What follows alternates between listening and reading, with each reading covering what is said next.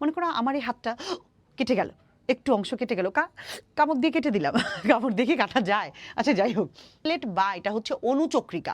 অনুচক্রিকা দেখতেই কেমন করোনা ভাইরাসের মতো, একটু দেখতে কেমন বিদঘুটে এরকম। করোনা ভাইরাসটা যেমন এরকম অনেকগুলো ঠ্যাং মাথা, যাই হোক এটা হচ্ছে অনুচক্রিকা। এটার আরেকটা নাম হচ্ছে প্লেটলেট। হ্যাঁ, প্লেটলেট। এখন প্রশ্ন হতে পারে এটা সম্পর্কে কি? অনুচক্রিকা দেখতে গোলাকার বা বৃত্তের মতো, হ্যাঁ একটু গোলাকার অথবা একটু বৃত্তের মতো, ঠিক আছে। এরপরে লোহিত রক্তকণিকার চেয়ে এটা আকারে ছোট, তার মানে লোহিত রক্তকণিকার চেয়ে শ্বেত রক্তকণিকা বড়, কিন্তু অনুচক্রিকা বা লোহিত রক্তকণিকার চেয়ে একটু আকারে ছোট।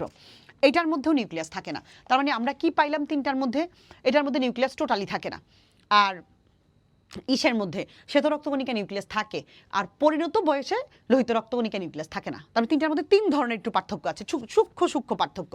আরেকটা হচ্ছে এরা গুচ্ছাকারে থাকে, মানে একসাথে দল বেঁধে থাকে। এদের মূল কাজ হচ্ছে, আরেকটা কথা বলি, এদের উৎপত্তি হচ্ছে অস্থিমজ্জায়।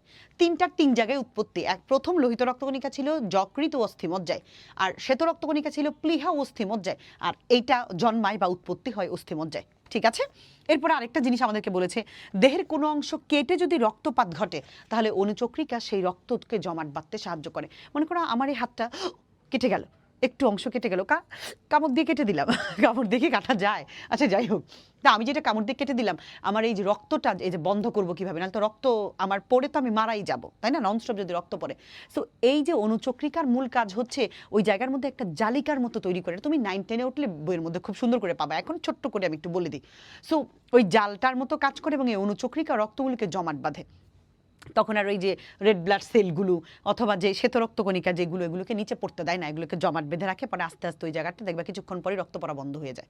আমরা অনেক সময় ভাবি যে টিপ দিয়ে বন্ধ রাখি, একটু চুষে দিলাম, ধরো এরকম করে অনেকে করে রক্ত খেয়ে ফেলি, ভাবি যে এটা বুঝি আমাদের হয়ে গেল, ঠিক হয়ে যাবে এরকম। কিন্তু ওই কারণে না, মূলত অনুচক্রিকাটা কাজ করতে যতটা সময় লাগে ততক্ষণ এটা জমাট বাঁধবে না, আর যতক্ষণ যদি ওইটা কাজ করে ফেলে দ্রুত, তত দ্রুত এটা রক্তটা জমাট বাঁধে আর রক্তটা নিচে পড়ে না, আমাদের পড়া বন্ধ হয়ে যায়। এখানে তোমার আমার খেয়ে ফেলা রক্ত অথবা চাপ দিয়ে ধরে রাখা এটার কোনো ভূমিকা নেই, ঠিক আছে।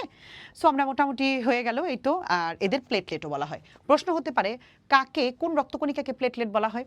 সো যেটাই বলবে এটা সম্পর্কে ডিটেলস আমরা লিখে দিব। অথবা আমাদেরকে বলতে পারে কোন ধরনের তোমার রক্তকণিকা রক্ত জমাট বাঁধতে সাহায্য করে, এটাও একই কথা। আবার যদি আমাদের বলে নিউক্লিয়াস থাকে না কোন রক্তকণিকায়, যেভাবেই বলুক এই 4-5টা বৈশিষ্ট্য এটা সম্পর্কে আমরা বলে দিতে পারবো। নিশ্চয়ই আমরা পারবো, ভয়ের কিছু নেই, সব কিছুই সহজ। তাহলে যদি আমরা এখন ব্লাড ফ্লোটাকে আরও একবার তোমাকে দেখাই, এই যে দেখো এগুলোর মধ্যে যেগুলো চ্যাপটা চ্যাপটা গোল এদিকে আসছে, এগুলো হচ্ছে তোমার কি ধরনের রক্তকণিকা? লোহিত রক্তকণিকা। আর এই যে যেটার ভিতরে একটা হেডফোনের মতো ভেতরে কিছু একটা দেখা যাচ্ছে, সেটা হচ্ছে শ্বেত রক্তকণিকা। এটা দেহের প্রহরীর মতো কাজ করে। কেন প্রহরীর মতো কাজ করে?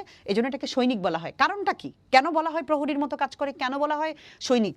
কারণ হচ্ছে এটা মূলত বাইরে থেকে আসা যত জীবাণু আছে ওটাকে খেয়ে ফেলে বা ধ্বংস করে ফেলে, তাই এটাকে দেহের প্রহরীর মতো কাজ করে এবং এটাকে সৈনিকের সাথে তুলনা করা হয়। যেই প্রশ্ন আসুক ঘুরিয়ে ঘুরিয়ে আমরা কিন্তু এটা পারবো, ঠিক আছে। সো 3 ধরনের রক্তকণিকা আমি ব্যাখ্যা করে দিলাম খুব সুন্দরভাবে। এভাবে যদি শিখতে চাও আমাদের ক্লাসে কিন্তু জয়েন হতে পারো। আমাদের ক্লাস শুরু হতে যাচ্ছে 21 তারিখ থেকে, একদম ফুললি আমরা আছি তোমাদের সাথে। এভাবে অ্যানিমেশনের সাহায্যে প্রত্যেকটা জিনিস বুঝতে পারবে। যারা অভিভাবক আছেন আমাদের ক্লাসগুলো দেখে সিদ্ধান্ত নিতে পারেন। আপনাদের সন্তান এবং আপনাদের জন্য শুভকামনা।